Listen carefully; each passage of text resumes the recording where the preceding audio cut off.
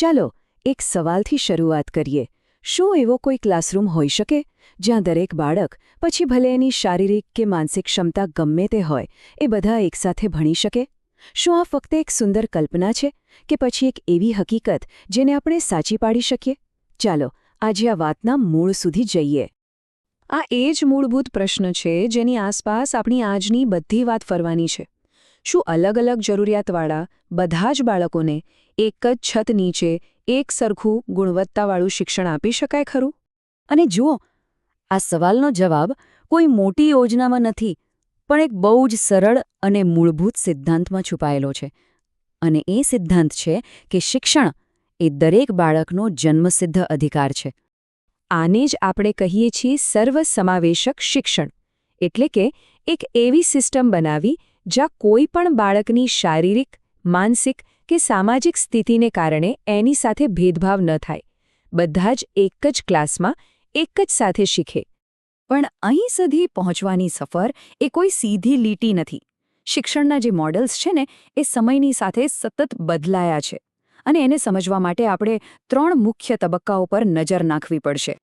સૌથી પહેલાં હતું વિશિષ્ટ શિક્ષણ. મતલબ કે દિવ્યાંગ બાળકો માટે સાવ અલગ જ શાળાઓ. પછી આવ્યું એકીકૃત શિક્ષણ. આમાં શું થયું કે દિવ્યાંગ બાળકને સામાન્ય શાળામાં પ્રવેશ તો મળ્યો, પણ શાળાએ પોતાનામાં કોઈ ફેરફાર ન કર્યા. જેમ કે વ્હીલચેરવાળા વિદ્યાર્થીને એડમિશન તો આપ્યું, પણ ક્લાસરૂમ બીજા માળે હોય અને લિફ્ટ જ ન હોય. અહીં બાળકે સિસ્ટમ સાથે એડજસ્ટ થવાનું હતું.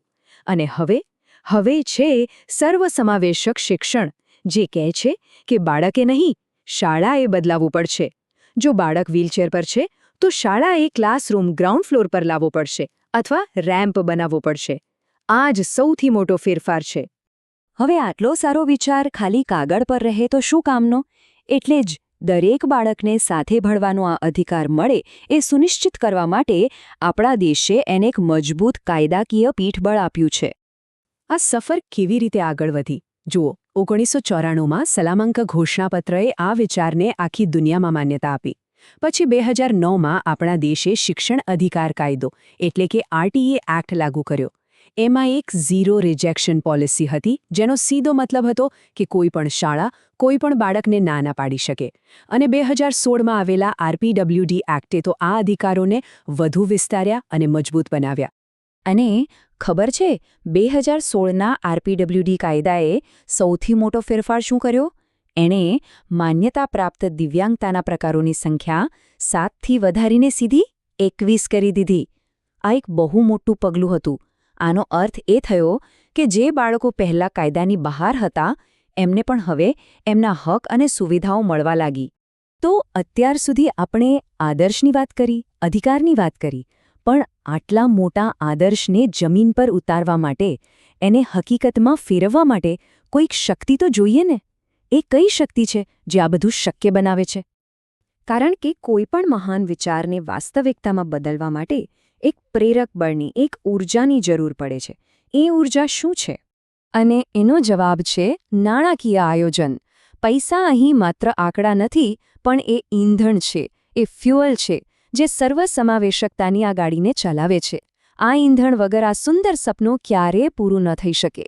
તો આ ઈંધણ આવે છે ક્યાંથી?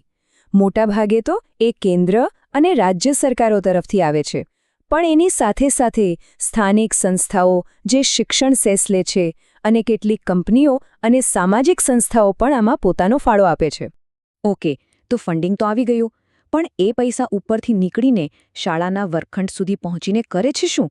એ કેવી રીતે વાસ્તવિક સુવિધાઓમાં બદલાય છે? ચાલો એ જોઈએ. અને અહીં એક બહુ રસપ્રદ વાત છે. દરેક કામ માટે અલગથી પૈસા ફાળવવામાં આવે છે. જેમ કે શાળાના રોજિંદા ખર્ચા માટે કમ્પોઝિટ ગ્રાન્ટ, ભણાવવા માટે જરૂરી ચાર્ટ કે મોડેલ બનાવવા માટે ટીએલએમ ગ્રાન્ટ, અને એટલું જ નહીં, રમતગમતના સાધનો કે લાઇબ્રેરીના પુસ્તકો માટે પણ અલગથી ગ્રાન્ટ નક્કી થયેલી હોય છે. હવે આટલું બધું ભંડોળ આવે તો એ યોગ્ય જગ્યાએ વપરાય છે કે નહીં, એ જોવું પણ એટલું જ જરૂરી છે, ખરું ને? અને એના માટે હવે આધુનિક અને પારદર્શક સિસ્ટમ્સ ગોઠવવામાં આવી છે. પહેલાંના જમાનામાં શું થતું? ચેકથી પૈસા આવતા, એ ક્યારે પહોંચશે, ક્યાંક અટકશે તો નહીં ને, એ બધી ચિંતા રહેતી. પણ હવે આખી સિસ્ટમ ડિજિટલ થઈ ગઈ છે. PFMS એટલે કે પબ્લિક ફાઇનાન્શિયલ મેનેજમેન્ટ સિસ્ટમ. આ સિસ્ટમ પૈસા સીધા જ શાળાના બેંક ખાતામાં ટ્રાન્સફર કરે છે અને દરેક રૂપિયાનો હિસાબ રિયલ ટાઈમમાં ઓનલાઈન જોઈ શકાય છે. આનાથી પારદર્શિતા અને ઝડપ બંને વધી છે. અને પૈસાનો ખોટો ઉપયોગ રોકવા માટે એક બહુ જ સ્માર્ટ વ્યવસ્થા છે. શાળાનું જે બેંક ખાતું હોય છે ને, એ આચાર્ય અને શાળા વ્યવસ્થાપન સમિતિ એટલે કે SMCના અધ્યક્ષના સંયુક્ત નામે હોય છે. અને આ SMC અધ્યક્ષ મોટાભાગે કોઈક વિદ્યાર્થીના વાલી જ હોય છે. મતલબ કે કોઈ એક વ્યક્તિ પોતાની મરજીથી પૈસા વાપરી શકે નહીં. આનાથી ખાલી પારદર્શિતા જ નહીં, પણ સમુદાયની ભાગીદારી પણ વધે છે. અને આ આખી નાણાકીય વ્યવસ્થાને બરાબર ચલાવવાની જવાબદારી વહીવટી અધિકારીઓની હોય છે. એમણે એ સુનિશ્ચિત કરવું પડે કે ફાળવેલું બધું જ ભંડોળ પૂરેપૂરું વપરાય, હિસાબોની નિયમિત તપાસ થતી રહે અને ખાનગી શાળાઓમાં ભણતા RTEના બાળકોની ફીસ સરકાર સમયસર ચૂકવી દે. તો આપણે આખું ચિત્ર જોયું. સર્વસમાવેશકતા એક ઉમદા મંઝિલ છે અને નાણાં એને ત્યાં સુધી પહોંચાડતું જરૂરી ઈંધણ. પણ આજના વિશ્લેષણના અંતે એક સવાલ ચોક્કસ થાય છે કે જો આ ઈંધણ આપણી પાસે હોવા છતાં આપણી ગાડી કોઈ એક પણ બાળકને રસ્તામાં જ છોડી દે, તો એક સમાજ તરીકે આપણે એની ખરેખર કેટલી મોટી કિંમત ચૂકવી રહ્યા છીએ. આ વિચાર સાથે આજની વાત અહીં પૂરી કરીએ.